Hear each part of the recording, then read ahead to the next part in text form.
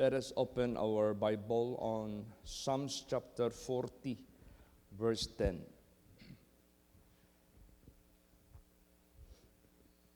Praise the Lord. I have not hid thy righteousness within my heart. I have declared thy faithfulness and thy salvation. I have not concealed thy loving kindness and thy truth from the great congregation. Napaka-importante itong pinahayag sa salita na ito. Ang tao, hindi matago ang kanyang nilalaman ng puso. Pag ang puso masaya, makikita mo sa bakas sa muka. Pag ang puso ay malungkot, makita mo sa bakas sa muka. Pag ang puso ay takot, makita mo sa muka. Pag ang puso ay worried, makita mo rin sa muka. Ito, iba. Ang righteousness ng Diyos. Sinabi dito, I have not hid thy righteousness within my heart. This is God's righteousness. At itong God's righteousness na ito, hindi ito magpakailan paman darating sa buhay natin except God will dwell in us. Maliban mag-dwell ang Diyos sa buhay natin, wala tayong righteousness niya. Kailangan talaga yung mag-dwell siya sa atin. Kaya nga sinabi diyan, know ye not that ye are the temple of God? And the Spirit of God dwelleth in you. It is God who is working in you both to will and to do His good pleasure. Kaya hindi tayo magpakailan pa man magkakaroon ng God's righteousness or His righteousness unless the Spirit of God rested in us. Nandito sa atin. Look at David. He was anointed by God and the Spirit of God dwelt in him. At ito yung kinakatakutan niya nung nagkasala siya minsan. Yun ang sabi niya, take not away thy Holy Spirit from me. Kasi yan lang yung magbibigay sa atin ng katuwiran ng Diyos. So, sinabi dito, I have declared thy faithfulness and thy salvation. Napakalaking contribution, napakalaking yung pag-impart mo sa tao na ma-impart mo yung righteousness ng Diyos, ma-impart mo yung faithfulness ng Diyos, ma-impart mo yung salvation ng Diyos sa buhay ng tao. Napakalaking yan, napakalaking blessing yan na hinatid mo sa buhay ng tao. Unang-una, napakalaking blessing yan dumating sa buhay mo. Tapos sinishare mo yan, hindi mo yan tinatago. Napakalaking contribution ang iyong naibigay sa tao. Yan lagi nating intindihin at isipin na ganun kaimportante. I have not concealed thy loving kindness and thy truth from the great congregation. Ano itong great congregation na ito? This is the entire world. This is the entire earth. This is a congregation. Isa itong kongregasyon na napakalaki na hindi natin dapat itago ang kanyang righteousness, ang kanyang faithfulness, ang kanyang salvation, ang kanyang loving kindness, ang kanyang katotohanan. Yan ang dapat nating ihayag. Pero hindi natin mahahayag ito, not unless nandito sa ating buhay, nandito sa ating puso, yung righteousness ng Diyos. Alam mo yung mga apostles, mga disciples ng ating Panginoong Hesukristo, kung basahin mo yung Book of Acts, ano ang kanilang pinagsisikapan at hinahayag sa mga tao? Publicly, privately, house to house, church to church, kahit saan sila magpunta. Pareho din. Ang statement ni David, ganun din ang statement ng kanyang mga apostles. Because Jesus Christ is the same yesterday, today, and forever. Basahin natin. Acts chapter 20, 20 and 21. Praise the Lord. And how I kept back nothing that was profitable unto you, but have showed you and have taught you publicly and from house to house, testifying both to the Jews and also to the Greeks, repentance toward God and faith toward our Lord Jesus Christ. See? Profitable. Hindi namin pinotol, hindi namin hinintuan, hindi namin ito kinancel. Yung profitable sa inyo, sinabi dito. How I kept back nothing that was profitable unto you, but have showed you. Pinakita talaga nila and have taught you publicly. Tinuro namin sa inyo publicly and from house to house. Hanggang ngayon, di pa nawawala yung ating house-to-house service. Testifying both to the Jews and also to the Greeks, repentance toward God and faith toward our Lord Jesus Christ. What is repentance? Cleansing. For what purpose? That the Spirit of God may rest upon us. What is faith? Faith, that is your relationship with God, na meron kang faith sa Diyos and meron kang obedience sa Diyos, so nai-establish yung covenant ng Diyos sa buhay mo, mangyayari yung kaligtasan sa buhay mo, mangyayari yung mga pangako ng ating Panginoong Diyos sa buhay mo sa sanglibutang ito. Kaya, yan ang pinakamalaki. Tulad yan, mag-travel kami ng Canada. Very costly kaya yan. Going to Canada, going to anywhere of the world, going to many places, kahit malapit pa, costly, mahal. Pero bakit? Worth yan na magpunta tayo kahit saan-saan. Ano ang purpose natin magpunta tayo doon? Para i-reveal natin yung righteousness ng Diyos na taglay ng buhay natin.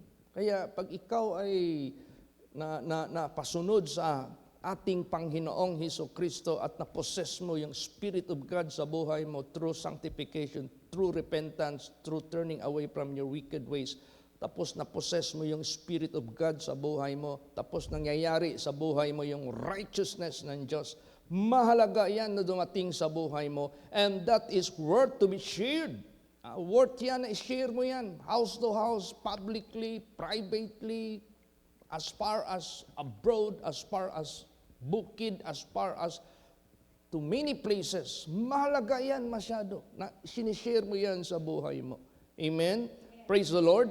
This is the most profitable thing na dumating sa buhay mo na mapa-impart mo sa buhay ng tao sa sanglibutang ito. That is demanded by God. That is commanded by God. Tingnan mo yung mga disciples. Anong sabi ni Jesus Christ sa kanila? Let your light so shine before men, that they may see your good works and glorify your Father which is in heaven. Meaning to say, be generous, be profitable sa buhay ng tao sa sanglibutang ito. How? Share the righteousness of God. You share the salvation of God. You share the truth of God. Share mo yan. Huwag mo yang itago sa buhay mo.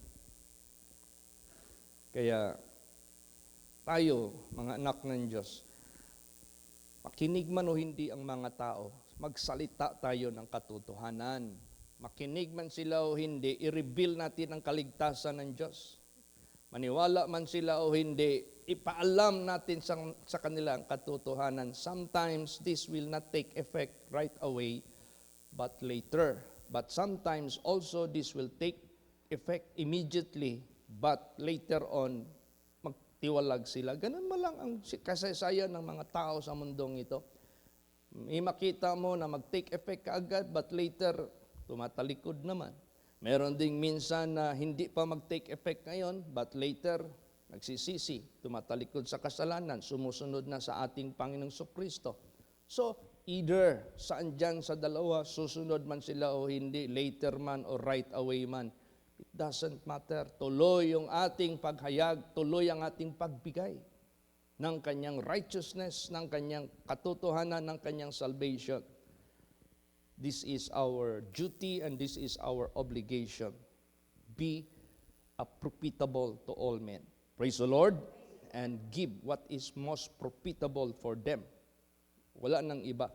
yung kaligtasan ng Diyos because this is eternal blessings na binibigay mo sa kanila. And everything just will follow. The temporal things just will follow.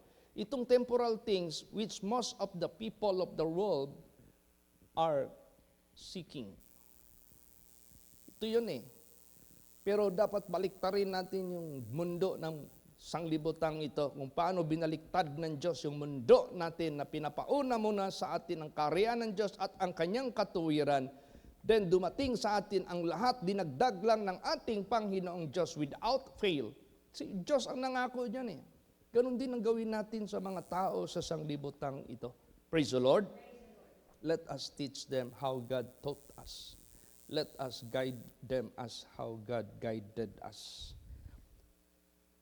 Tingnan mo si Paul, anong turing niya sa buhay niya. Nung siya ay dati mamamatay ng mga disciples, followers of Jesus, pero nag-turn ang buhay niya ng opposite direction.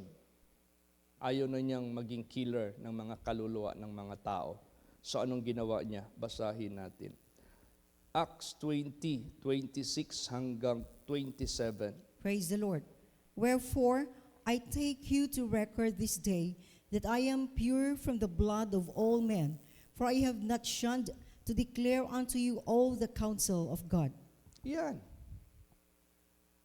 Wherefore, I take you to record this day. Minumungkahi ko sa inyo na i-record ninyo sa araw na ito that I am pure from the blood of all men. For what? Anong ginawa niya na naging siya? Hindi siya mamamatay tao. Hindi siya killer. Pure siya from the blood of all men.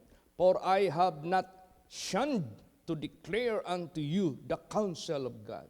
See? Hindi ko iniwas o hindi ko gifail na ihayag sa inyo ang salita ng Diyos. Para sa kaligtasan mo. Para sa ikabubuhay mo. Yun. Alam mo, tayo, pag hindi tayo nagsalita ng katotohanan sa mga tao, para na rin natin silang pinapatay. Para na rin natin silang hinahayaan mamatay sa pagkawala kaalaman sa katotohanan ng Diyos, sa kaligtasan ng Diyos, sa katotohanan ng Diyos. So para maging killer din tayo. Totoo yan. Tayo maningil, singilin tayo ng Diyos sa dugo nila pag hindi natin sila binigyan, pag hindi natin sila hinayagan. Kung ano yung natamo natin na kaligtasan, hindi natin hinayagan. Yung natamo natin na katuwiran, hindi natin hinayag. Natamo nating bagong buhay, hindi natin hinayag. Natamo natin na kapatawaran, hindi natin yan i-share sa kanila para sila rin matuto, para sila rin ay magkaroon ng idea. Kasi profitable yung ating binibigay sa kanila. Pag hindi natin yan ginagawa, anong sinabi dyan? Ezekiel 3:17 hanggang 18. Praise the Lord. Son of man, I have made thee a watchman unto the house of Israel. Therefore hear the word at my mouth, and give them warning from me. When I say unto the wicked, thou shalt surely die, and thou givest him not warning, nor speakest to warn the wicked from his wicked way, to save his life, the same wicked man shall die in his iniquity, but his blood will I require at thine hand. Yes, katulad tayo sa watchman. Watchman, tagapagbantay sa mga tao. Dito naman, house of Israel. Therefore, hear the word of my mouth and give them warning from me. Bigay tayo ng warning sa mga tao. Repent, for the kingdom of God is at hand. And what are those sins? Basahin natin yan sa banal na salita ng Diyos. What is necessary move to do? Kailangan lumapit kayo kay Jesus Christ, tanggapin nyo sila. Hindi kayo tatakwil ng Diyos. Lahat ng mga necessary information by the gospel of our Lord Jesus Christ. Tell them, give them warning. Preaching without warning is incomplete. Preaching without telling them what is the latter end. Kung gawin mo ito, gawin mo yan. Pag hindi mo yan sabihin, it's not complete. Kailangan malaman ng tao, pag ito'y ginawa mo, heaven ka. Pag ito'y ginawa mo, impyerno ka.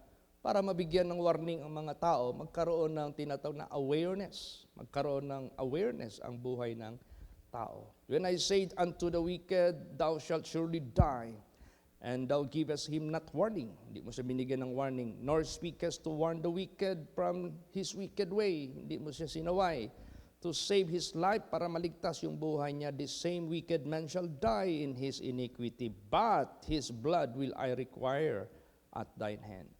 See, merong tinatawag na urgency, merong tinatawag na matatawag nating necessity that we have to give warning to the people of the world. So wag mong itago. Ano yung righteousness na natamo mo galing sa Diyos? Wag mong itago. Kung ano yung katotohanan dumating sa buhay mo, wag mong itago. Kung ano yung pagliligtas dumating sa buhay mo, wag mong itago yung testimony ng buhay mo, paano ka nabago. Sabihin mo yan. Kahit sino pa. Kasi, pastor, mga tao ngayon, mag-yam-aid, tawanan ka, never mind. Huwag mong tingnan yung mga mukha nila para mahinto ka. Huwag mong tingnan yung mga reactions nila para mapigilan ka. Just say. Just tell them. Sabihin mo lang. Yan ang obligasyon natin. Praise the Lord. Do not look at the appearance. Mayaman man sila, pobre man sila, super makasalanan man sila, lesser makasalanan man sila. It doesn't matter.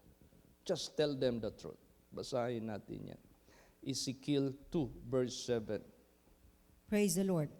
And thou shalt speak my words unto them, whether they will hear or whether they will forbear, for they are most rebellious. Yan. See? Nakita na ng Diyos ang mga tao most rebellious.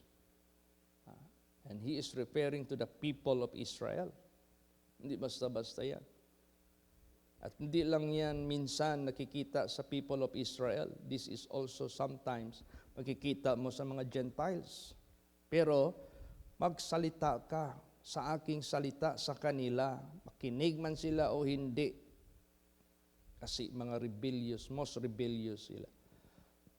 Maybe not right away, it will take effect sa buhay nila. Maybe later. Or sometimes if it is right away, later titiwalag sila. Bahala na. Meron din dyan magpapatuloy. Meron din dyan maliligtas. Amen? Praise the Lord. Basta ang importante, huwag tayong mahiya. Minsan kasi yung kinahihiya mo, wag. Bakit kakahiya mo yan? Blessing yan. Bakit kakahiya mo yan? Most profitable yan. Bakit ikakahiya mo yan? That is imparting to them what is necessity, what is important, what is valuable. Bakit ka mahiya? You are distributing good things. Makita mo yung mga ang mga politicians, kung paano sila mag-distribute ng mga goods, paano sila magbigay ng mga helps, kung paano sila magbigay ng mga reliefs sa mga natamaan ng catastrophe. Di ba? Merong mga iba dyan na para lang makita sa publiko na nagbibigay sila, nilalagyan pa ng pangalan, nilalagyan pa ng mukha nila yung mga supot, tapos papakita pa na personal silang nagbigay doon. Ito naman sa buhay natin.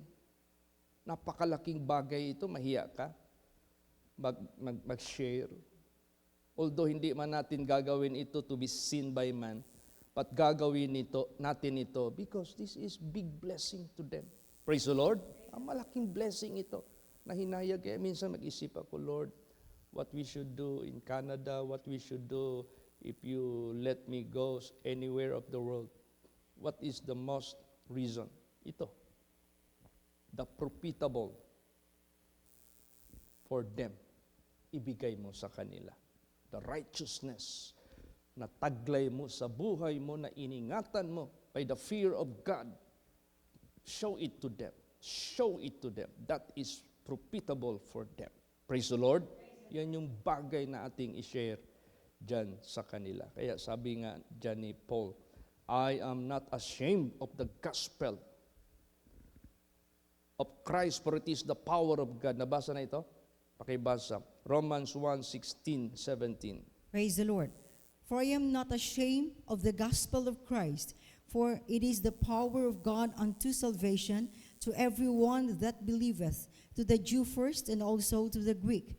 For therein is the righteousness of God revealed from faith to faith, as it is written, the just shall live by faith. Yan. So hindi niya kinahiya. I am not ashamed of the gospel of Christ. For it is the power of God who changed my life. It is the power of God who made me new creature. It is the power of God who saved me from my iniquities. It is the power of God unto salvation to everyone that believes, to the Jew first and also to the Greek, kahit sino ka, kahit anong tribo mo. For therein the righteousness of God is revealed from faith to faith, as it is written, the just shall live by faith. Bakit by faith? Ang righteousness ng Diyos, bakit nare-reveal ito by faith at tayo naman ay mamumuhay from faith to faith? Bakit? Kaya hindi natin nakikita ang Diyos, hindi natin nakikita ang Spirit of God. But nagrepent tayo, naglinis tayo, tumalikod tayo sa kasalanan, natakot tayo sa Kanya, sumunod tayo sa Kanyang mga ehemplo na ipinakita sa atin, the Spirit of God rested in us. Okay, hindi natin yan nakikita. Pero, by faith lahat yan. Amen? Praise the Lord. It was by faith na gumaling yung mga naprehan. It was by faith na nakita yung glory sa buhay mo. It was by faith na na-bless yung mga tao dyan sa pagbigay mo ng Word of God. It was by faith na nakaintindi ang mga tao. Lahat yan, by faith lahat yan. Kasi ang Diyos ang nag-move, nag-work. Kaya kailangan talaga lahat by faith. We can survive by faith. We can go anywhere by faith. We can be used by God effectively by faith. We can continue unto the end by faith. Lahat yan, by faith yan. Hindi yan sa sarili natin. Kapangyarihan yan ng ating Panginoong Diyos. Kaya, saan man tayo paratingin ng Diyos, saan man tayo ipadala ng Diyos, tuloy lang yung ating paghahayag ng Kanyang gospel, ng Kanyang katuwiran. Praise the Lord. At kayo dyan, kasama ko sa ministry na tinaguriang mga katuwang ko sa buhay ko, mga helpers ko, mga partners ko, mga kasama ko sa ministry, tuloy lang din yung obedience ninyo, i-bless kayo ng ating Panginoon Diyos, i-guide kayo ng ating Panginoong Diyos what to do for the work of the ministry. Let us go together, let us work together as the body of Christ. Praise the Lord. Patuloy lang. Then, tingnan mo, sa paggamit ng Diyos kay Paul, hindi niya akalain na nag-spread. Hindi niya akalain na nakarating saan-saan ang gospel of salvation. Basahin natin. 1 Thessalonians 1:8. Praise the Lord. For from you sounded out the word of the Lord, not only in Macedonia and Achaia, but also in every place your faith to God's word is spread abroad, so that we need not to speak anything. Oh, di ba? Grabe yung pag-spread ng Word of God.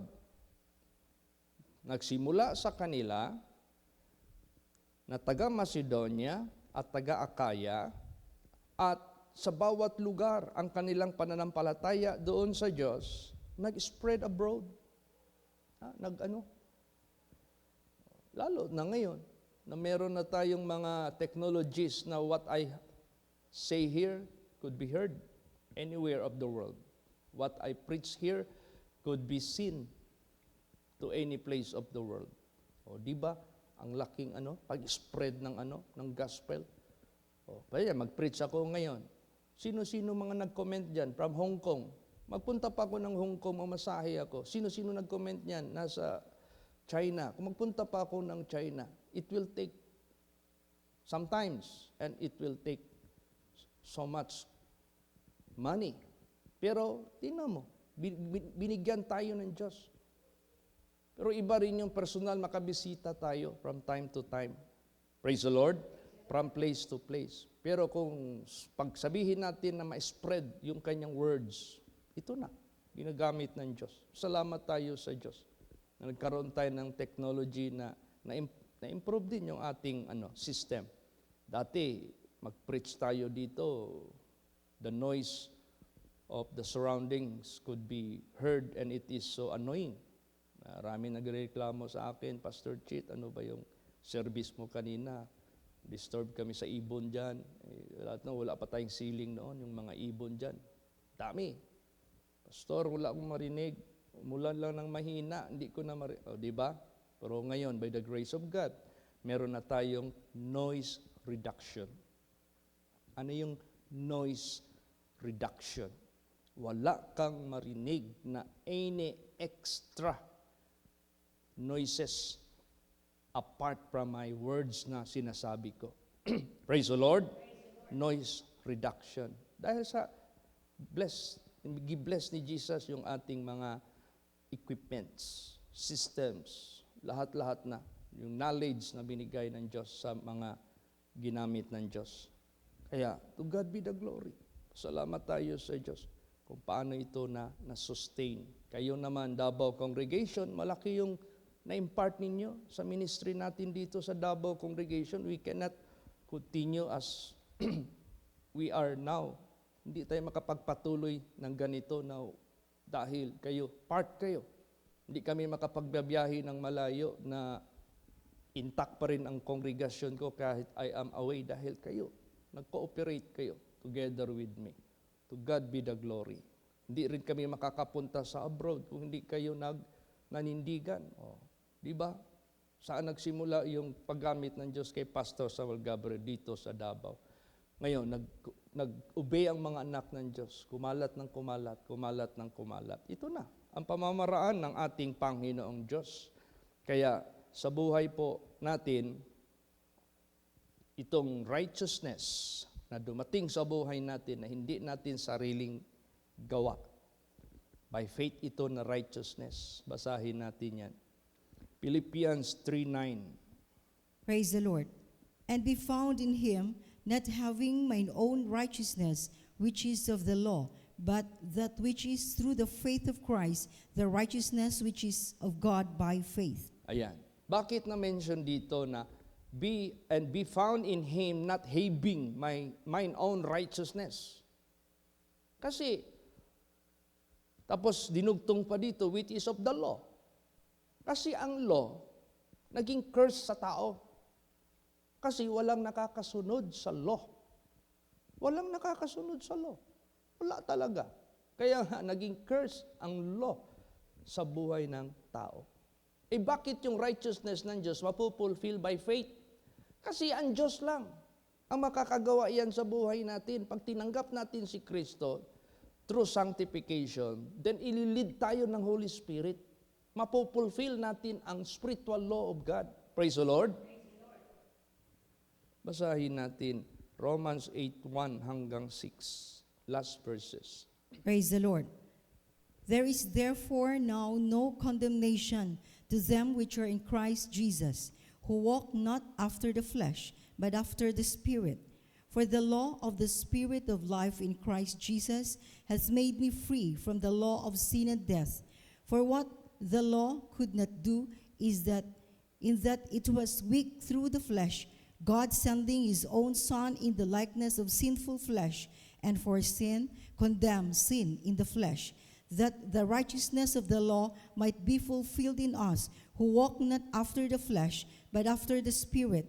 For they that are after the flesh do mind the things of the flesh, but they that are after the Spirit, the things of the Spirit. For to be carnally minded is death, but to be spiritually minded is life and peace. Yan. So makita natin. Sinabi dito, masumpungan ako not having my own righteousness, but by righteousness by faith. Bakit by faith? Dahil naniwala ka kay Jesus Christ, nagrepent ka, tumalikod ka sa kasalanan mo, Jesus Christ came into your life by the Holy Spirit. Tingnan mo yung sabi ni Jesus Christ. I will send you the Comforter. I will send you the Holy Spirit. I will not leave you alone because I am about to go to my Father in heaven. So if you receive Jesus Christ, He will dwell in you by the Spirit of God. So yung Spirit of God na yan, siya yung magdikta sa atin what to do. Pag spiritual-minded ka, nakikinig ka sa Kanya, sumusunod yung katawan mo sa Kanya. So, the righteousness of God by faith will be fulfilled sa buhay mo through following the leading of Jesus Christ. You are following after the Spirit. Praise the Lord. Pero kung hindi ka magtanggap kay Jesus Christ dahil marumi ka, o tatanggap ka man, hindi ka naman naglinis, so how can God dwell in you? Kaya nga sabi dyan, know ye not that ye are the temple of God, and the temple of God dwelleth in you? But whosoever defile the temple of God, him God shall destroy. How can the Spirit of God dwell in a destroyed temple? How can a man dwell in a destroyed house? So the Spirit of God to a defiled temple, you cannot find it of that defiled body of man. So, through sanctification, through repentance, turning away from your wicked ways, the Spirit of God will dwell in you, then siya na yung magdidikta sa atin. Siya na yung mag-guide sa atin, siya yung na maglilid sa atin. Tulad yan, if you have some testimonies, how many times you were being tempted by Satan and yet out of all those things na overcome mo. It was not you. It was the Spirit of God who is dictating you what to do. Praise the Lord. Yan, by faith. Yung righteousness ng Diyos na yan. Kasi you are spiritual-minded. You always think about Him. You always think about His guidance. Then you follow Him. O di, to God be the glory. By faith, yung righteousness ng Diyos. Magtataka ka. Bakit nangyayari sa buhay mo yan? Not because of you, but because of Him who is in you. So, kung carnal-minded ka, hindi ka makakasunod sa Spirit. Because you always do mind for the flesh. See, if you always do mind for the flesh, you are mindful for the flesh, you fulfill your flesh. You follow after the flesh. You walk after the flesh. Diyan ka makukondem. Diyan ka mapapahamak. Pero if you follow after the Spirit of God, the example of Christ, through sanctification, by faith, naniwala ka sa Kanya, kahit di mo siya nakita, mapupulfill. Tapos spiritual-minded ka pa. You always mind the spiritual things. So, sa kakaisip mo sa spiritual, mahal mo yung udyok ng Spirit of God sa buhay mo kasi yun ang iniisip mo eh. Yun ang lagi mong concern. O tapos, lahat. God can handle everything, every part of your life here on earth. Siya na ang bahala sa lahat. Kaya pasalamatan natin ang ating Panginoong Diyos. Huwag nating itago within sa puso natin ang righteousness ng Diyos. Let us declare it anywhere of the world. And huwag mong sabihin, small thing yan. That is profitable for every person.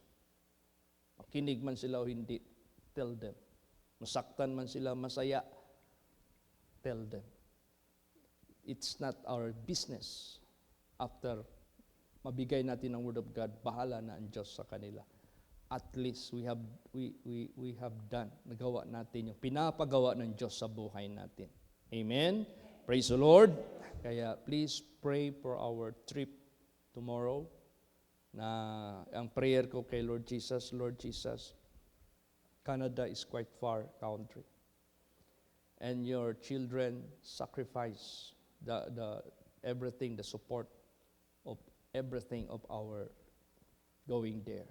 So, gawin niyo pong fruitful, gawin niyo pong profitable, gawin niyo pong successful ang aming pagpunta doon. At ito na, yung reason why. Let us not cancel, nor pigilan natin, shun the righteousness of God, na mahatid natin ito, ma-delivered natin ito sa mga taong makikinig sa salita ng Diyos. Ay pray natin na maraming mag-attend ngayong celebration doon kasi sabi ko kay Pastor Edith, Brad Bernard kahapon, usap kami. Brad Bern, Pastora Edith, kumusta ang survey ninyo sa possibility na maka-attend? Pastor, marami. If they could come. Kasi marami silang inimbita. At least ginawa natin. Amen? Praise the Lord. Oh, gawin lang. Kaya yung mga instruction dito na guiding star, gawin nyo talaga yan. Hindi kayo, October 4 na lang, wala man lang isa nadala kayo dito. Tapos na ang lahat. Wala man lang kayong nadala. Kasi hindi kayo naghakbang. Obligasyon ba yan natin yan?